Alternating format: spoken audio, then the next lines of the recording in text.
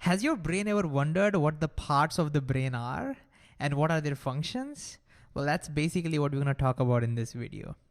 So what you're looking at is a section of your brain. And to make sense of this, let's say you could see someone's brain from the top. Then you would be able to see the two hemispheres like this. Don't worry, this is not a brain, this is just a walnut. It looks very similar to the brain. But let's say these are two hemispheres. Now, imagine you cut this walnut, and then you look at the inside side of this one. Then you would see something like this, right? The inner side of one of the halves. Well, that's basically what we're looking at. It's the inner side of one of the hemispheres, okay? So let's get rid of that and look at the different parts. We can broadly divide our brain into three parts. The forebrain, which is this big yellow section. The midbrain, which is this tiny pink section. And the hindbrain, or the lower brain, which is this blue section. Usually when we say humans have big brain, we're basically talking about this forebrain section, okay? And then the midbrain is actually the beginning part of the brain stem. Brain stem is on top of which the forebrain sits. The brain stem connects the forebrain to the spinal cord. This continues as the spinal cord. So the beginning section of that brain stem is what we call as the midbrain. And then the later section of the brain stem is a part of the hindbrain, right? This is the hindbrain. And the hindbrain also consists of this section. You know, this itself looks like a mini brain all by itself, but that and the remaining portion of that brainstem is basically what we call the hindbrain. Okay, so what are the functions of them? Before we get into the details, to get a broad sense of what these parts do, we can think that the forebrain is responsible for all the voluntary functions, and the midbrain and the hindbrain together are responsible for all the involuntary functions. So when I say voluntary, think about all the actions that you carry out consciously by thinking about them, like to take a walk, or maybe to talk to someone, or decide to watch this video about brains. So all of that is from your forebrain. And of course, we'll talk more details about that in a second. And when I say involuntary functions, there are some functions that are happening in your body which are not in control, which you're not in control of. For example, your heart beating, or maybe your digestion. You're not in control of those, right? So those are mostly taken care by your midbrain and the hindbrain. So how do we remember which part does which? Well, the way I like to think about it is I remember that, what makes humans special is their big brain, big forebrain. And I remember that we have this amazing intellectual ability, right? Our intelligence. So forebrain gives us our intelligence. So it's because of that I can do all my thinking and all my decisions, and also I can walk and talk because of this. So that's how I basically remember forebrain controls voluntary actions. With this in mind, let's look at the functions and the parts in a little bit more detail. So let's zoom out a little bit, and I've made some space so that we can write more parts. So let's start with the forebrain. If you look at the forebrain, you can again kind of see two sections of it. The outer section, which contains a lot of folds, and the inner section. Let me shade that inner section a little bit darker so we can identify that. So the outer section, right, this big giant outer section, it's called the cerebrum. The cerebrum. This whole outer section, which I have colored with light yellow, is the cerebrum. And we're not going to look at further parts of that, okay? So that's the outer section for us. If you look at the inner section, we're going to look at three parts of the inner section, okay? One part, which is over here. So let me put an arrow mark like this. Then one part, which is a little below that, which I'm going to write over here somewhere. Okay, wait a second. Yeah, let me write that over here. And this small thing that you can see, that one. These are the three parts that we need to remember, at least for our syllabus, okay? So this one, you know what we call that? That is called the thalamus. Let me use this color, okay. It's called the thalamus. And these are all Greek names, okay? So it will not make sense to us. But I looked up thalamus kind of means an inner portion or inner region. And that's basically what this is, right? It's the inner region of our forebrain. So the part that comes below that is called hypothalamus. So the next part is hypothalamus. And hypo kind of means lower, so it's the lower part of the thalamus, hypothalamus. And this last part, which we'll be interested in, this one, this small thing that you can see over here, that is called the pituitary gland. Pituitary gland, right? This part over here, okay? So these are the 4 parts of our forebrain. So these are the only parts that we'll concentrate on. So let me just put them together. So this is your forebrain parts. All right, so what do they do? What are their functions? We don't have to look at the individual functions. We don't have to do that. But the forebrain as a whole, what does it do? Well, one of the things, like we already said, voluntary functions. But again, let's dig a little deeper. What does it do? Well, one of the things that you can think of is thinking. Right? And when I say thinking, I'm including a lot of things over here because there's not much space. Thinking, your learning ability, your speech, language, all of that comes from your forebrain. But what else? To think about what else your forebrain can do, take a look at this picture. The reason you are able to see this is because of your forebrain. You may be wondering, wait, it's my eyes, right? It's eyes. But the eyes send the signal to the brain, and it's your forebrain that does the processing, and that's why you can see it. Similarly, you can hear me right now because of your forebrain. All the 5 senses, you can sense them because of your forebrain. And so, one important function of your forebrain is sensing. Let me just write that as sensing. Okay? What else?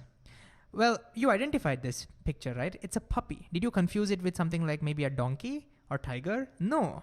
The reason you can even remember it's a puppy is because of your memory, because you know what puppies look like and you can associate with it. So that also comes from your forebrain. Memory, learning, all of that comes from your forebrain. Now, when you looked at this puppy, some kind of emotion came in, right? Like you may have felt, oh, what a cute puppy. You may have felt happy looking at it. Maybe if I showed you some different picture, maybe if I showed you some scary picture, you would experience fear, right? So all the emotions, they too come from your forebrain. All your emotions, including love. That's right, love does not come from the heart, it comes from your forebrain. In fact, fun story, the other day my wife asked me, hey, how much do you love me? I said, I love you with all my forebrain. Yeah, she hasn't spoken to me since, but it was worth it. All right, now besides these, there are also other things that the forebrain does. Some of the feelings that you get, like for example, the feeling of hunger, the feeling of being sleepy, thirst, or maybe, after you have finished a meal, the feeling of fullness. All of that also comes from your forebrain. Actually, that comes from this part of the forebrain, but we don't have to remember all those things. So these are some of the functions of your forebrain. So what's next? We're not going to look at the parts of the midbrain. It's a tiny section. We'll not look at its parts. So let's jump directly to the hindbrain. If you look at this brain stem over here, the bluer section, you can actually see 2 distinct regions over there. So one region, one lump over here, and one more here, right? So this one, let me use a different color. Right, so this one over here, it's called pons. That's the name given to it, pons. Again, I know, little weird name. It's Latin, again, it means bridge. It's kind of like bridging between the middle brain and this bottom part. That brings us to this bottom part, which is pretty important for us. The bottom one is called, let me write that down over here. It's called medulla oblongata. Okay, we're gonna look at its functions separately. And then you can look at this big region. Let's make it dark so we can see that. So this region, which kind of looks like a brain on its own, is called cerebellum. Do not confuse that with cerebrum. Cerebrum is the biggest part of our brain. cerebellum. That's the name given to this. So these three regions are going to be the part of our hindbrain. So these are hindbrain. And since we're not going to look at the parts of the midbrain, this is it. This is all the parts that we need to remember. So again, what are the functions of the hindbrain? We already saw it's involuntary, but let's look at the individual one. Let's look at medulla oblongata and the cerebellum. These two are important for us. So what does the medulla oblongata do? Well, again, it controls most of the life-giving involuntary processes. Okay, so we'll say life-giving involuntary processes.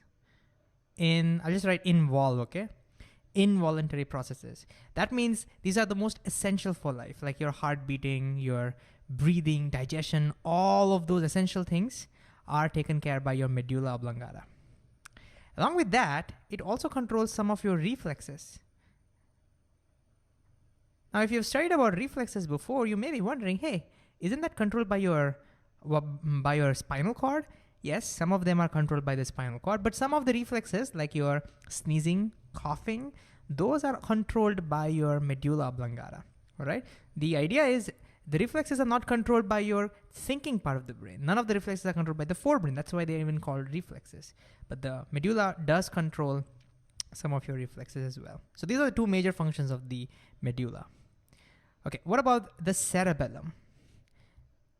It's getting a little crowded. I hope you can see them apart. So again, I'm going to put some division over here. Anyways, so what does cerebellum do? Well, cerebellum also has some involuntary function, but it's a little different. One of its function is to maintain balance. Balance. Now, what I mean by this is, if you want to do even the simplest of the simplest tasks, like walking or maybe holding a cup, these things requires careful calculation, coordination. You have to think about where the gravity is and all of those stuff. Right? If you try to build a robot, it's then you actually see how complicated those things are. But we do it with ease. That's because of our cerebellum, because it is the one that maintains balance.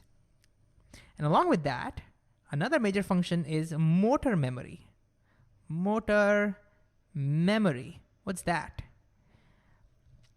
Well, think of riding a bicycle. With the first time when you were trying to learn the bicycle, you were using a lot of your forebrain. You were learning. You were learning to get balance. You were learning how the pedal works. You were learning maybe how to do the tring and everything. All those things you were learning. But once you learned that, once you've done enough practice, now when you want to ride your bicycle, you don't even think about it. We say it has become our second nature, right? All of things happen automatically. How? It's the cerebellum. That's what we call as motor memory. Another example could be, let's say when you're typing on a keyboard, if you have enough practice, you don't have to look down anymore. You don't have to worry about which keys are where. It just automatically happens. Motor memory. So all those things are controlled by the cerebellum. And you know how I can remember this? I remember this by remembering that, when people drink alcohol, it's their cerebellum that gets affected.